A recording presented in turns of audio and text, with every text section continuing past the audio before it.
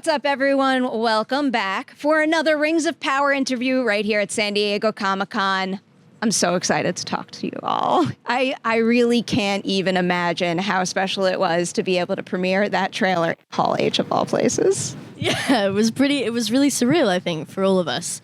It's obviously been a few years since I think we all heard about this, and to be able to share it together and share it with the people in the room who were so welcoming and excited, it was great. So this is literally one of the biggest productions, one of the most anticipated shows coming out this year. So huge, massive production. But can you each give me an example of a more intimate quality of the production that, felt personal to you, where you were able to express your own creativity and have your voice heard, or maybe you saw someone else do it and it really, struck a chord? One of the things the showrunners were amazing at was actually allowing you that access to the script and to them, basically. So if there was something that wasn't working with you on a scene, you could walk up to them on the day and ask for something to change, and they would take on your thoughts. Sometimes they'd say, no, shut up, in much nicer words, but often they would change things. And you would think on something this scope, with the amount of preparation that then time and effort they've put into it, that they would be quite reluctant to change, but that really wasn't the case at all. It almost felt like you were on a really small budget indie film, in that sense. So that was it for me, yeah. And I think the crew as well, like the Kiwi crew, they were also welcoming and nice and just always there for us as well. Anything we needed, they were always there for us and provided whatever. And just even a simple like, how's your day going, sometimes got us going in the morning. So yeah, shout outs to the crew. They were the best, absolutely the best. I'll just say, because we played a family and we became a family, being in New Zealand for a year and a half, there were many moments where the lines were blurry in terms of caring that much for your fellow cast. And allowing us to we had so much banter and play, and some of it made it in the show. And, so there was a lot of room for us to sort of take what we had developed interpersonally and translate it into the show.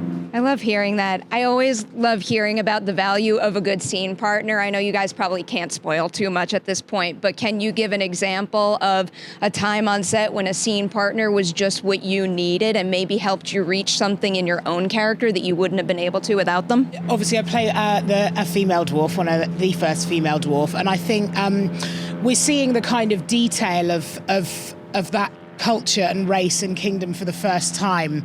And so we have so much gregariousness and kind of joy and heart. So to be able to kind of play those scenes and feel quite kind of free and safe was really exciting. And also there are some wonderfully intimate moments between myself and, of course, Owain Arthur, who plays Durin. And I just remember, regardless of where the camera was shooting, I always felt like I had an exceptional performance to play against, and kind of a lot of, just everything was really alive in every moment, regardless of what was going on around us. So that was, it was great. I would believe that. I'll throw that to you too, Markella, with the relationship between Nori and Poppy. What is something about the two of you as scene partners that kind of added an extra layer to that friendship that maybe wasn't on the page but can only come through via your collaboration? I think firstly, I just feel really grateful that Megan and I we get on, and we got on from the start, and we didn't have a chemistry test, so that was just kind of, it just worked out that way. So I think that was really amazing. And then a lot of our rehearsals actually just were comprised of a lot of improvisation, and so we kind of worked around that. And Megan is just really present on screen and really kind of open and just a real great comedic timing, as you'll see, and just wonderful to act alongside. So I really and opposite, I think that it was really important. It really helped it, and I think you'll really connect with her character too. I was able to feel it a little bit in the tiny little clip I already saw. I love it. Tyroe, for you, this is your first big role, right? This is a very ambitious project to start with. So did anyone give you a really good piece of advice that you actually were able to apply to the production process on this? I think everyone gave me good advice, you know, like people I was working with and, you know, people I wasn't working with just purely off the basis that we're in completely different worlds. But I think every single member of the cast sort of took me under their wing, which I'm really, really grateful for. And, you know, I was put on a massive set, which I'd never been on before. And, you know, Ismael and Naz in particular, obviously, you know, their experience helped me a lot. And they made me feel so comfortable. And I'm so grateful for them. And yeah, they helped me produce the work that I did, which I'm really... How does your character feel about the relationship that his mother is in? He's not happy. You could say that. You could say that a little. Obviously, the history between the humans and the elves. You know, thousands of years prior, Theo's ancestors sided with Morgoth and fought against the elves, and sort of in punishment for their doing, they got banished and had to restart in almost the slums-esque of the Southlands, and it's patrolled by the elves, and and it was generations ago, and Theo thinks, and Bronwyn thinks, and I think the whole village thinks that it's time to move past it and move forward, but the elves just won't forget. So there's a lot of tension in there, and especially when your mum is dating one of them, it's a bit, I could keep you guys here all day with follow-up answers to these questions. I wish we had more time for you now. When your character poster came out, the first thing that caught my eye was obviously whatever he was holding. Is that a farming tool or is that a weapon? Has no one asked that? I was sure someone was going to ask that already. It's a walking stick. Yeah. And now I feel like there's more meaning to walking stick. It's a walking stick. Okay. I'm afraid I got to leave it there. All right. No, I'll take that. That gives me something to work with Add in the some time mystery. being. I like preserving the mystery until I can actually see the show. Sophia, for you, this is your first on-screen role? Yeah, this is my first big TV role. Yeah. Years of theatre. So, Is there anything about acting for the camera that called for like a really big adjustment or change to your process? Lots of the words and and the kind of the technicalities of it all. But I think what was great is that, again, linking it to the Dwarven race, and actually this piece and this franchise, there is a theatricality about it. So I was able to kind of transfer a lot of those skills of just being really open and being able to be unapologetic with showing every single facet of emotion. That level of detail was warranted and celebrated within this production and on on set. So I was kind of being able to use a bit of both, but there's these hilarious stories where in the world of theatre, if there's silence, you're really poised, you're ready to go at any moment, to kind of keep the show must go on, the show keep moving in case someone's forgotten their line. And so a lot of the time on set, right in the beginning, there was moments of silence, but everyone had said, okay, we're rolling, we're ready to go. And there'd be silence. So I would just walk on, ready with my prop, ready to go. And I just turned and I saw Rob Arameo, who plays Elrond, and Durin, my husband, shoulder shrugging, just laughing. And I'm going, what's the problem? And then they said, go back, do it again. And I just keep walking on. And Rob was like, you've got to wait for action. You're not supposed to walk on until...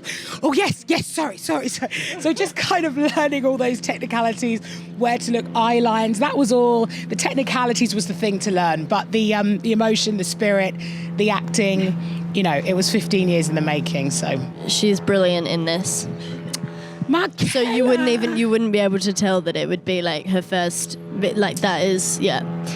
Just wanted to say that.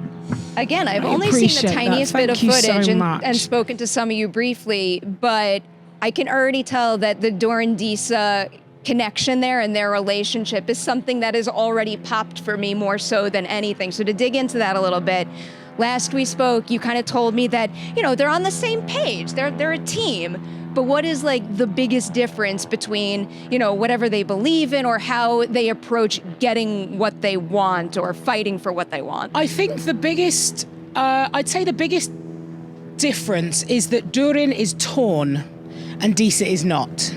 Disa knows exactly what it is that she wants and that she thinks is right for her and her husband and her kingdom. You know, she is a female dwarf for the people.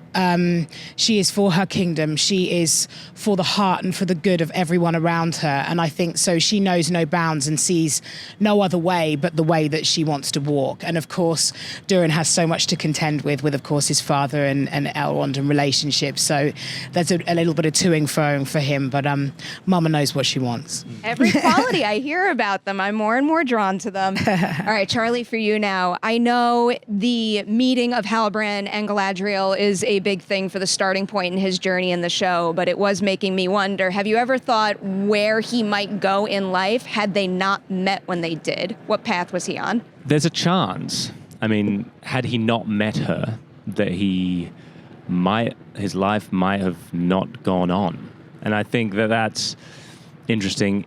In that moment when they first meet, they are survival to each other. It's like if he hadn't met her, he was still stuck on this raft in the middle of the Sundering Seas.